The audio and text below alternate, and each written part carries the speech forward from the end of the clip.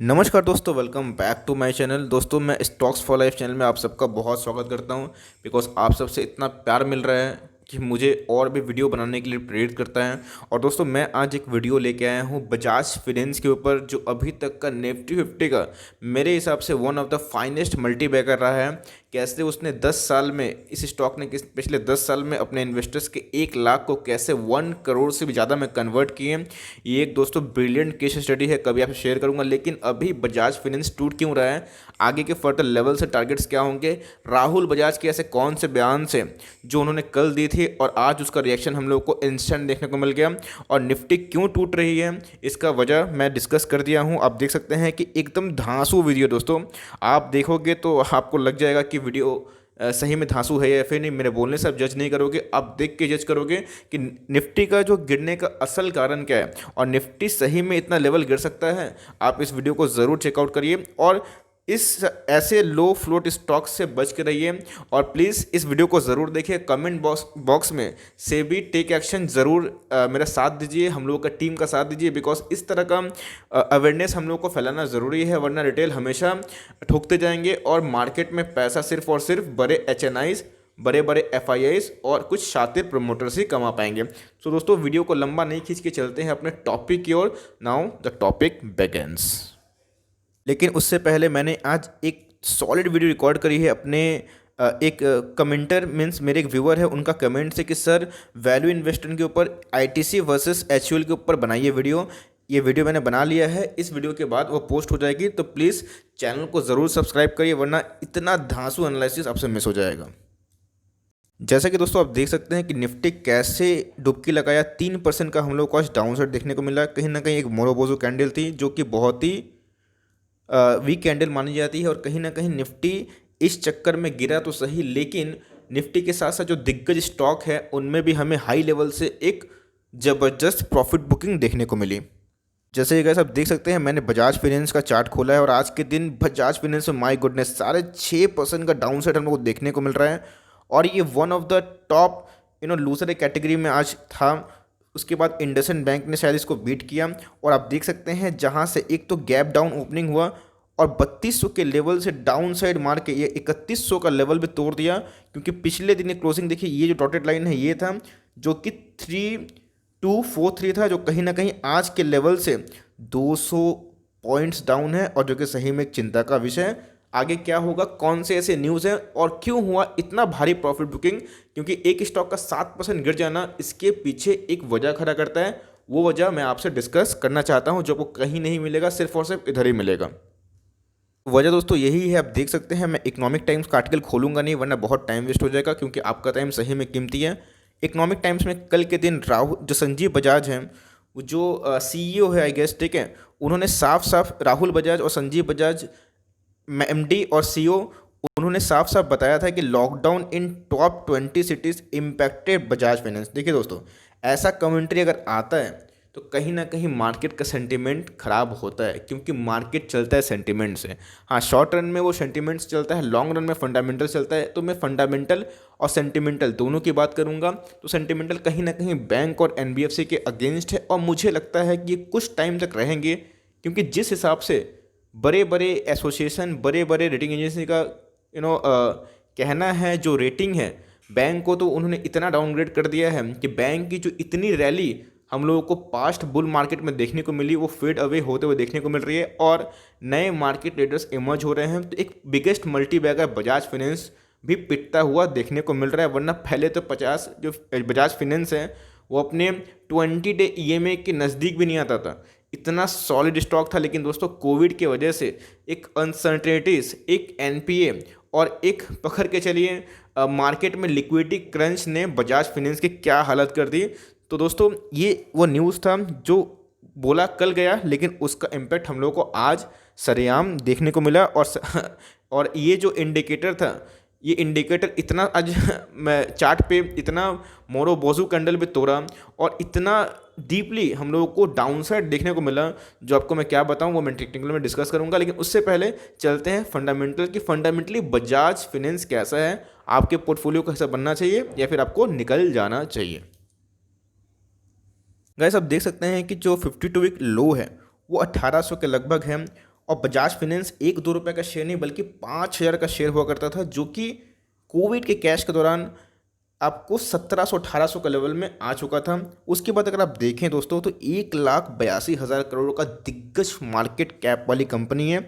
और इतने क्रैश होने के बावजूद भी दोस्तों आप देख सकते हैं कैसे ये अपने इंडस्ट्री पी से अभी भी प्राइम वैल्यूएशन पर ट्रेड करते हुए देखने को मिल रही है, जो कि 39 की है। इस क्रैश के पहले मीन्स जब पूरा क्रैश हुआ था बजाज फाइनेंस में, तब if I am not wrong then तब बजाज फाइनेंस का जो पी है वो 22 आ गया था, बहुत चीप हो चुका था। लेकिन उस समय किन्हीं भी इंसान ने नहीं खरीदा, लेकिन अब खरीदने के लिए पागल हो रहे हैं।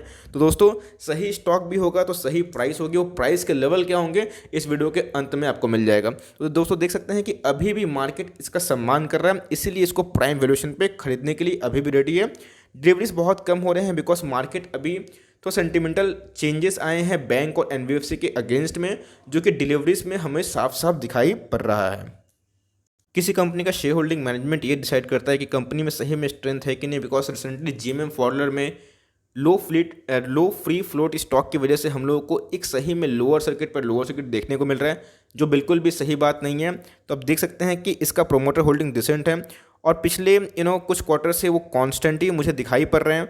एफआईआईस ने अपना 1% स्टेक काटा है, जिसकी भरपाई डीआईएस ने की है। और रही बात रिटेल इन्वेस्टर की, तो भैया वो कांस्टेंट है, थोड़ा सा मार्जिनली डाउन दिखाई पड़ रहा है, जो इट्स ओके वाली बात है। बात की जाए प्लेज की, तो भैया देखिए 1 रुपया का भी कोई गिरवी शेयर नहीं है, जो कि और इसको टॉप नॉच बनाती है। और बात की जाए इसके इंश्योरेंस स्टेक की, तो मेरा ध्यान हमेशा इंश्योरेंस कंपनी पर रखता है, बिकॉज जो मेरे चैनल से जुड़े हुए हैं मैं इसको इसलिए पसंद करता हूँ बिकॉज इंश्योरेंस कंपनी बहुत सोच समझ के ही निवेश करना पसंद करती है और वो उसी पे दाव खेलती है जो लॉन्ग टर्म के लिए फंडामेंटली स्ट्रांग हो। क्योंकि एलआईसी ऐसी कंपनी शॉर्ट टर्म में दाव बहुत ही कम खेलती है, और खेलती भी है तो हेजिंग करके चलती है, जो रिटेल्स को कुछ नहीं पता। इसलिए दोस्तों लॉन्ग टर्म इन्वेस्टमेंट बनने से यही फ़ायदा होता है कि आप हर एक गिरावट में भाग ले सकते हैं और अपने शेयर को एवरेज करने का बार बार आपको मौका मिलते रहता है।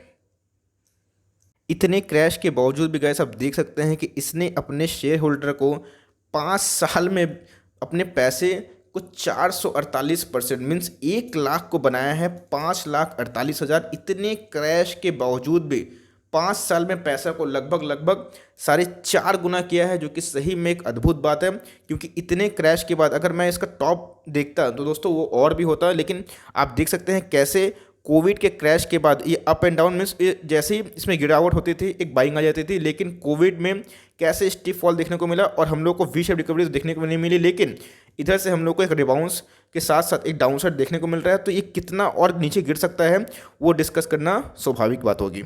लेकिन दोस्तों ये इतना चढ़ा क्यों? कोई भी स्टॉक देखिए बिना फंडामेंटली कि नहीं चढ़ता, उसके पीछे कहीं ना कहीं अर्निंग्स आती है। मेरे अकॉर्डिंग बिना अर्निंग्स का फंडामेंटल सेट नहीं होता है। आप देख सकते हैं दोस्तों कैसे अर्निंग्स रेवेन्यू में ग्रोथ हो रहा है। अब देखिए दोस्तों कैसे रेवेन्यू हर साल बढ़ रहा है, बिकॉज इसका काम है लोन बांटने का। फाइनेंस का मतलब ही है लोन बांटना, बिकॉज आपके जेब में पैसे देती है कि आप जाके टीवी खरीदो, फ्रिज खरीदो, बाइक खरीदो इंस्टॉलमेंट पे, लेकिन इनको इंटरेस्ट पे करो। और दोस्तों इंडिया में रिटेल लोन बांटने वाला काम बहुत कम कंपनी ही करती है, लेकिन जो भी करती है उनमें से एक सबसे बड़ा दिग्गज कंपनी दोस्तों बजाज फाइनेंस है, क्योंकि ये बहुत लंबे रेस का घोड़ा है। और आप देख सकते हैं कि इतने चैलेंज कंपटीशन के बावजूद भी कंपनी का रेवेन्यू कैसे बढ़ रहा है, और रेवेन्यू के साथ साथ मुझे ये भी देखना है कि प्रॉफिट बढ़ रही है कि नहीं।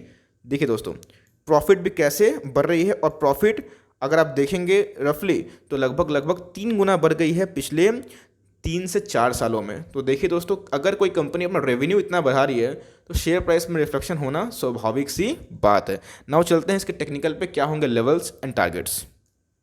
आज की गिरावट ने दोस्तों इसे कैंडल नहीं कैंडेला बना दिया, और आप देख सकते हैं कैसे ये बोलिंजर बैंड का जो मीडियन है वो कैसे नैरो के बाद अब कैसे वाइडर हो गया है, और कैसे एक मोरोबोसू कैंडल हम लोग को देखने को मिला जो कि 3030 का प्राइस पे है, और कैसे ये अपने मीडियन को तो बहुत पहले ही छोड़ दिया था, अब तो अपने लोअर बैंड को टच कर दिया है, जो कि सही में एक आश्चर्यचकित बात है। बिकॉज एक लेवल को तोड़ना हम लोगों को और भी अलर्ट करवाता है। और अगर आप शॉर्ट टर्म ट्रेडर हो तो क्या करना चाहिए, क्या होगा आपका एग्जिट लेवल। अगर आप लॉन्ग टर्म इन्वेस्टर हो दोस्तों पैनिक नहीं करना है, क्योंकि हर एक गिरावट में ऐसे स्टॉक को ऐड ऑन करना है और भी कुछ नहीं करना है, क्योंकि ऐसे स्टॉक ही आपको multibagger return in future देंगे और देने की क्षमता भी रखते हैं। अगर मैं इसका लॉन्ग टर्म चार्ट आपसे शेयर करूँ तो आप देख सकते हैं कैसे बॉलिंजर बैंड का जो मीडियंस है वो ब्रॉडर से नैरो, नैरो से ब्रॉडर होते जा रहा है और यहाँ पर आके जो गैप था देखिए छोटा होते गया और उसके बाद तो आज ये अपने मीडियन को तो बहुत पहले ही छोड़ दिया था, लोअर बैंड को भी आज छोड़ने के कगार पे आ चुका है। और मुझे लगता है अगर आप शॉर्ट टर्म ट्रेडर हैं तो दोस्तों आपको 2950 रुपया आपका स्टॉप लॉस होना चाहिए। दोस्तों ये एक टेक्निकली मुझे अच्छा रीजन लगता है। अगर आप अच्छे खासे मुनाफे में हो तो आपको निकल जाना चाहिए। अगर आप लॉन्ग टर्म इन्वेस्टर हो तो दोस्तों ये जितना भी गिर जाए, आपको 2000 के लेवल में आ जाए ना, तो आपको ऐसे स्टॉक को लाइफ टाइम नहीं बेचना चाहिए। बिकॉज स्टॉक्स फॉर लाइफ के चैनल के माध्यम से मैं आपको कुछ स्टॉक ऐसे बताता हूं जो आपके और आपके बच्चों का भविष्य बदल सकता है। और ऐसे स्टॉक्स पे आपको कभी सेल नहीं करना चाहिए, आपको हमेशा मौका ढूंढना चाहिए। बिकॉज दोस्तों अगर आपको लगता है कि इकोनॉमी की हालत ज़िंदगी भर यही रहने वाली है तो आप बेशक निकल जाए, कभी एंट्री ना करें या फिर एंट्री एग्जिट करते रहें, वो आप पे डिपेंड करता है। लेकिन अगर आपको एक लॉन्ग टर्म का इन्वेस्टर बन के पैसा कमाना है स्टॉक मार्केट से और बहुत कमाना है, तो ऐसे स्टॉक को दोस्तों बियर मार्केट में ही खरीदा जाता है, जब बुल मार्केट में आप इसका लुफ्त उठा पाओ। तो दोस्तों आप देख सकते हैं। और फ्रेश बाइंग मुझे ऐसी लगती है कि इस लेवल से आपको अगर एंट्री लेनी है तो आप इक्का दुक्का स्टॉक ले सकते हैं। एक वीक में 2 स्टॉक या फिर 1 स्टॉक आप उठा सकते हैं। मैं इसको लिख के बोलना चाहूँगा, पर वीक में दोस्तों आप 1 शेयर करके उठा सकते हैं।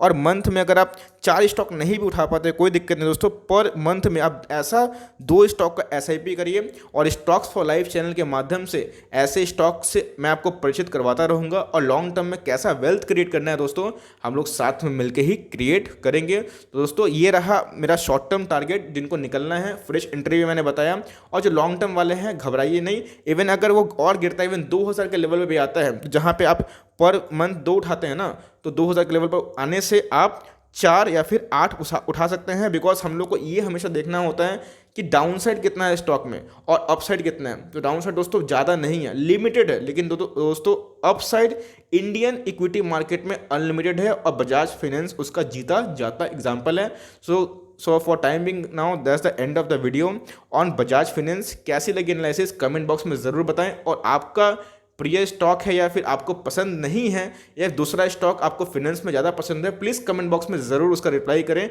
आई would love to know what my viewers are doing and loving and picking the stocks. तो दोस्तों अगर वीडियो कंटेंट पसंद आया तो प्लीज़ चैनल को लाइक ज़रूर करिएगा और सब्सक्राइब भी ज़रूर करिएगा। सो मिलते हैं जल्दी, तब तक के लिए bye. Thanks for listening guys, God bless you all.